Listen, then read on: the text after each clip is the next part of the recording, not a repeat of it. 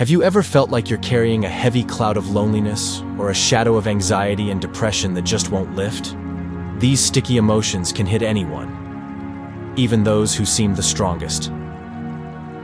The ancient Stoics, despite being known for their remarkable resilience and courage, were not strangers to emotions like loneliness or depression. So, what made them stand apart? It was not the absence of these feelings, but their practical approach to handling them, which we will unravel in this video. We'll explore 12 Stoic strategies that can help transform these challenging emotions into opportunities for growth and self-reflection.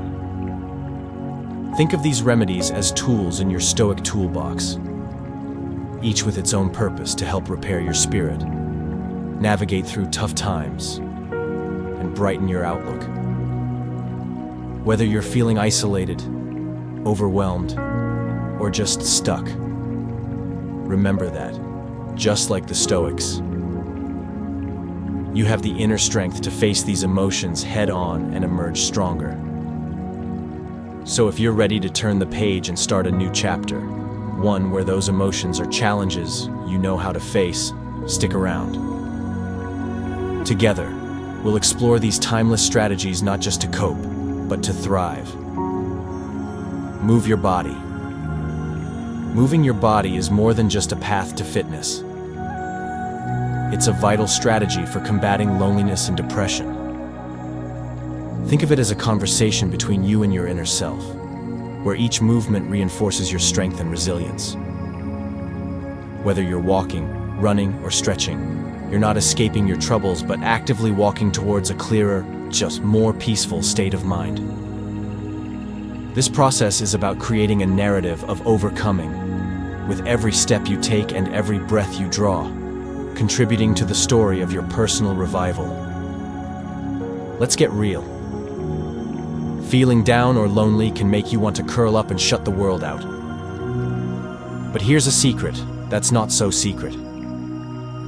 Your body has this amazing ability to fight back against these shadows. By moving, you ignite a spark within Mawai, a beacon that lights up the darker corners of your mind. You don't have to conquer mountains or run marathons. Just move with intention. Whether it's a solo dance in your living room or a brisk walk in the park, each movement is a strike against the chains of despair. It's a reminder that you're in control, capable of crafting your own path to healing and happiness. Be a better friend to yourself. Treating yourself as your own best friend might sound like a modern twist on ancient wisdom, but it's a powerful tool against the shadows of loneliness and depression. Imagine for a moment you're facing a steep climb up life's mountain, the path littered with challenges that seem insurmountable. Would you berate a friend for stumbling on this path? Or would you offer a hand encouraging words and believe in their strength to overcome? Picture Clintus, a figure of ancient Stoic wisdom, who once encountered a soul, speaking to themselves as if addressing an unworthy stranger. Clintus's intervention was simple yet profound. Remember, you're not talking to a bad person, he said, slicing through the cycle of loneliness and self-criticism with the sharpness of kindness. This isn't just a tale from the past. It's a mirror reflecting our own battles where isolation breeds a harsh inner critic. And that critic in turn fences us further away from the warmth of human connection. Embracing this self-friendship isn't about sweet nothings or false comforts. It's about the raw honesty of acknowledging your worth. When you're teetering on the edge of feeling unworthy, remember the message delivered on Athenian streets. Harsh self-talk locks the door to the love and connection we yearn for. It's about flipping the script in your mind from adversary to ally. You're not a bad person. You're a human, rich in complexity and capable of growth. This realization is the key, not just to unlocking self-love, but to opening the door wide to a world where others can see your light. It's a Stoic remedy, so timeless in its wisdom, urging you to be the friend to yourself that you would seek in others. Be satisfied more. Chasing dreams and reaching them can feel like a never-ending pursuit for happiness, a journey marked with moments of achievement shadowed by an insatiable desire for more. This relentless chase often blinds us to the beauty of our present situation, leading to a paradox where success is met with a sense of dissatisfaction. It's a narrative all too common, echoed in tales of those who've stood in the limelight only to find themselves grappling with a sense of emptiness.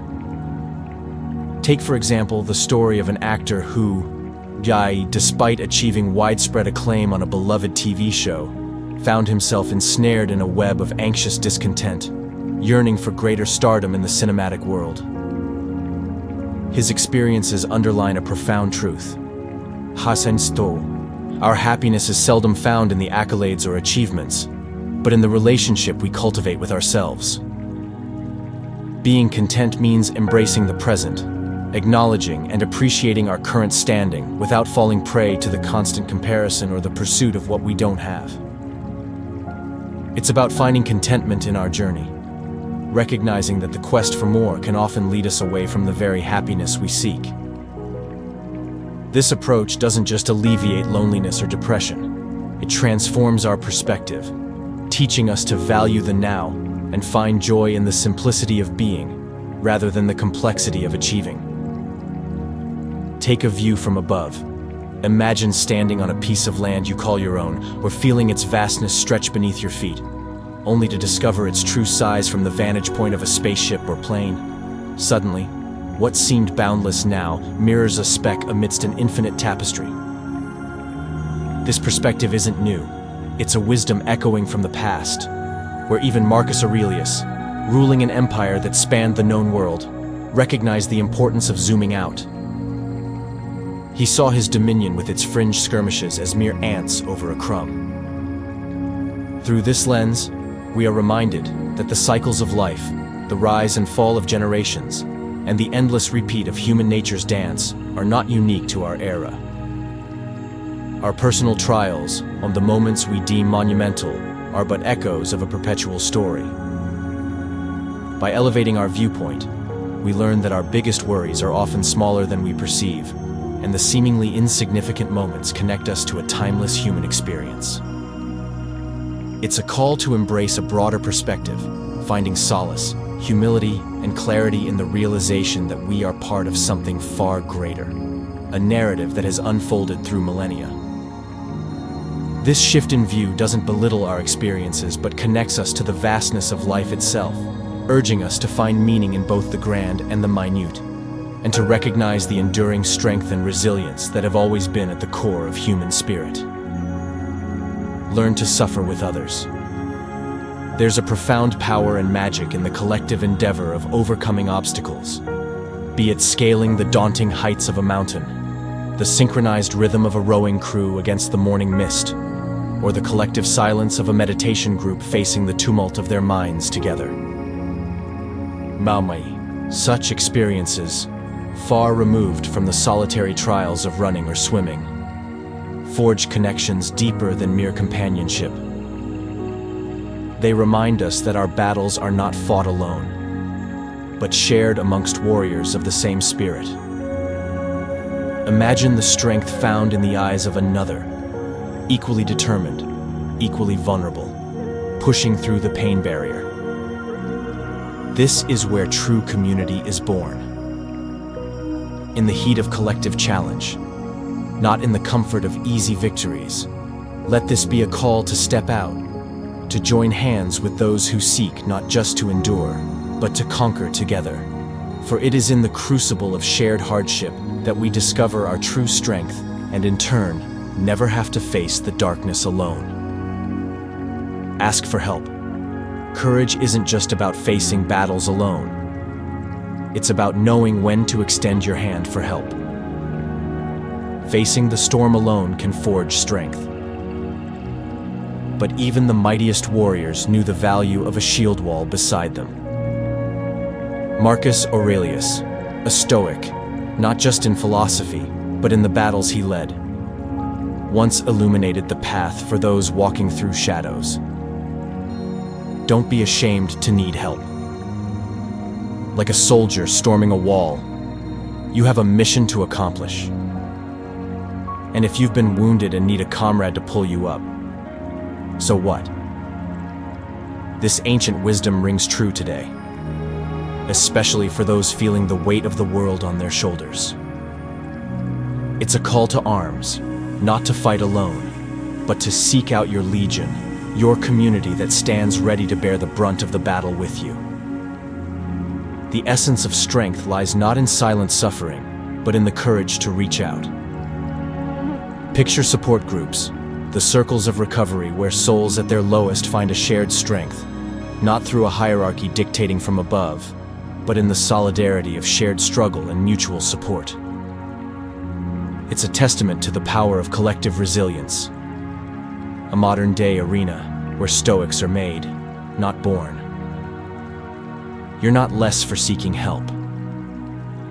You're navigating the path of wisdom that even emperors have walked. Every voice that asks for help, every hand extended in unity, is a step away from the shadows and into the light, together. Stoic 7. Focus on your path. Carving out your path in this bustling world demands more than just knowing where you want to go. It's about the discipline to stay on course without getting lost in the noise. Seneca introduced us to emia, the awareness of our journey. Undistracted by the myriad paths that intersect ours, this ancient wisdom reminds us that the true challenge lies not in plotting our course, but in resisting the temptation to veer off track, lured by the successes and failures of those around us. It's a test of self-assurance and discipline, requiring us to focus on our goals and timelines without succumbing to the distractions that flood our daily lives. Embracing this path means acknowledging that everyone's journey is unique, including our own. When we stop measuring our achievements against others, we discover a profound sense of purpose and contentment. This realization doesn't come easy. It demands constant effort to overcome the ego and the ceaseless chase for validation.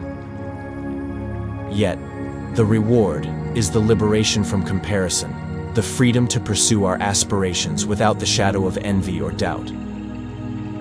By focusing on our path, we not only navigate life with a clearer vision, but also cultivate a resilience that shields us from the loneliness and depression that often stem from feeling out of step with the world. But 8. Remember the impermanence of things. Life has this funny way of leveling the playing field where the echo of our actions fades into silence, just like the ancient Marcus Aurelius observed. Even Julius Caesar and the humblest Roman citizen share the same final address beneath the earth, a powerful reminder that our quests for fame, importance, or immortality are but fleeting whispers against the backdrop of eternity. Seek transit gloria, whispers history, teaching us that glory is a visitor, not a permanent resident. Fame, popularity, the illusion of importance seduce with promises of eternity, but can sometimes leave us stranded in the shadows of oblivion. Man, this understanding isn't a cause for despair, but a call to anchor our efforts, not in the sands of acclaim, but in the soil of virtue. To cultivate kindness, to dedicate ourselves to the good we can do here and now, and to focus on steering our own ship amidst life's stormy seas. These are the beacons that guide us through the fog of transience. For in the end, it is not the applause of the crowd, but the quality of our actions and the integrity of our character that carve the deepest channels in the river of time. Embrace adversity. Every setback, every no, every challenge and every heartache you encounter is not a signal to retreat. It's the universe's unique way of inviting you to a test of strength, a duel with destiny. Seneca, echoing through the ages, whispers to us that the path less trodden, filled with adversity, is where we find our true selves. Sure, sailing smoothly on calm seas is pleasant, but it's the storms that reveal the captain within us. When life doesn't align with our desires, it's tempting to dwell in disappointment. Yet, it's precisely these trials, the very friction and resistance we face, that pull us into better versions of ourselves. It's in the moments when we're knee-deep in the struggle, when plans fall apart and dreams seem distant, that we're offered a golden opportunity. This isn't about wishing for an easier life, but about seizing the chaos, wrestling with it, and emerging stronger, wiser. Embrace this. Let each trial be a lesson in resilience, a practice in virtue, and a step towards excellence. Remember, the sweetness of victory is never as fulfilling without the bitter taste of battles fought and obstacles overcome. So, when life doesn't dance to your rhythm, dance anyway, for it's in these unscripted moments that you're crafting a stronger, happier you. Don't suppress your emotions. Feeling alone or down can feel like carrying a mountain on your shoulders. But remember, even the wisest minds of ancient times grappled with such giants. Seneca, with his pen as his sword, crafted 4 poignant essays, his consolations, to not just speak to the soul, but to embrace it in its darkest hours. These weren't mere words. They were lifelines thrown into the turbulent seas of human emotion. He taught us a lesson as vital today as it was then. Don't shove your feelings into a box and toss away the key. It's not about wearing an armor of indifference, but about recognizing the storm of emotions and navigating through it, not as its prisoner, but as its master. Understanding why a cloud of sadness hangs over you is the first step. Yet knowing it's okay to feel, to acknowledge the complexity of human connections, that's where true strength lies. It's a dance between mind and heart, each taking the lead when the moment calls. 1.